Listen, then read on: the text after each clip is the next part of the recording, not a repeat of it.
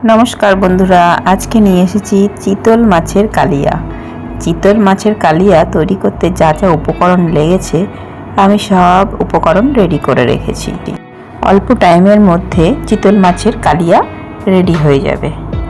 एर जोन्नो आमी नियेछि चितल माछ, देखतेई पाच्छेन 4 पिस चितल माछ भालो करे धुए लवण हलुद माखिए रेखेछिलाम 10 থেকে 15 मिनिट।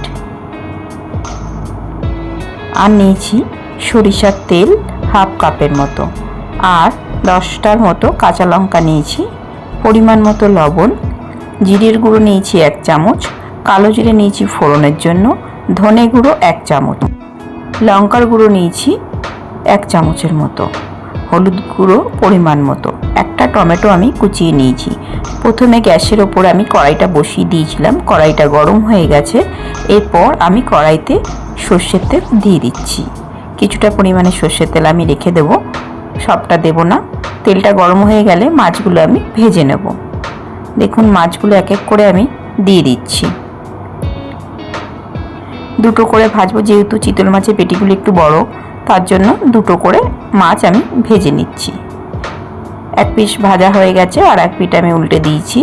এইভাবে মাছগুলো ভেজে আমি তুলে নিচ্ছি।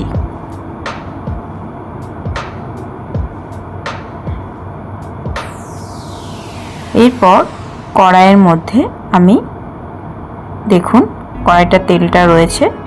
এরপর আমি মিক্সির মধ্যে আমি টমেটো দিয়ে দিচ্ছি, আর দিচ্ছি এর মধ্যে দেখুন কাঁচা লঙ্কা। যে কাঁচা লঙ্কাগুলো নিয়েছিলাম কাঁচা লঙ্কাগুলো আমি দিয়ে দিচ্ছি। এরপর জিরের গুঁড়ো 1 চামচ, আর ধনের গুঁড়ো 1 চামচ, আর দেব লঙ্কার গুঁড়ো 1 চামচের মতো। এটাকে পেস্ট করে নেব। আদা দিচ্ছি কয়েক ফালির মতো, ভালো করে আমি পেস্ট করে নিচ্ছি। এরপর ওগুলো পেস্ট হয়ে গেলে মিক্সির মধ্যে আলাদা করে আমি পেঁয়াজটাকে পেস্ট করে নেব।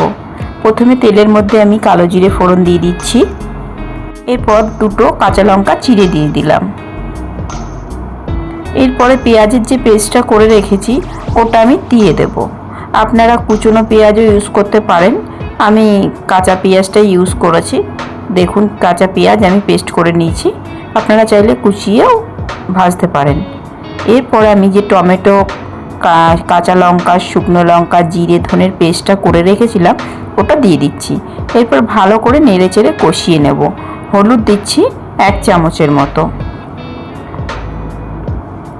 লবণটাও 1 চামচ দিচ্ছি, পরিমাণ মতো আপনারা দেবেন। এরপর খুন্তি দিয়ে ভালো করে নেড়ে চেড়ে আমি মশলাটাকে কষিয়ে নিচ্ছি 2 থেকে 3 মিনিটের জন্য। নেভা জালেই কষাতে হবে মশলাটাকে। এরপর একটা লিড দিয়ে আমি ঢেকে দিচ্ছি, তাড়াতাড়ি মশলাটা কষে যাবে। মশলাটা কষানো হয়ে গেছে, দেখতেই পাচ্ছেন তেল ছেড়ে দিয়েছে। এরপর আমি উষ্ণ গরম জল ইউজ করব। 1 কাপের মতো আমি উষ্ণ গরম জল এর মধ্যে দিয়ে দিচ্ছি। এরপর 5 মিনিটের জন্য একটা লিড দিয়ে ঢেকে দিলাম। 5 মিনিট হয়ে গেছে, আমি লিডটা তুলে নিচ্ছি। দেখুন ঝোলটা ফুটে গেছে। এরপরে আমি একে একে মাছগুলো দিয়ে দেব।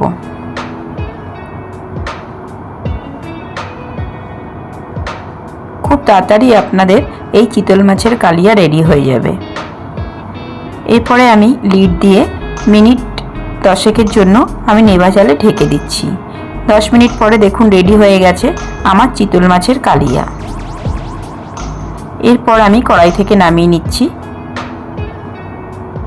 দেখুন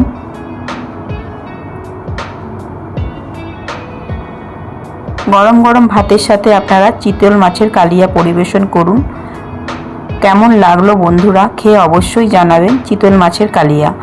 ভালো লাগলে লাইক, শেয়ার, সাবস্ক্রাইব করতে বন্ধুরা একদমই ভুলবেন না। চিতল মাছের কালিয়া অল্প টাইমের মধ্যে আপনারা বাড়িতে রেডি করতে পারবেন।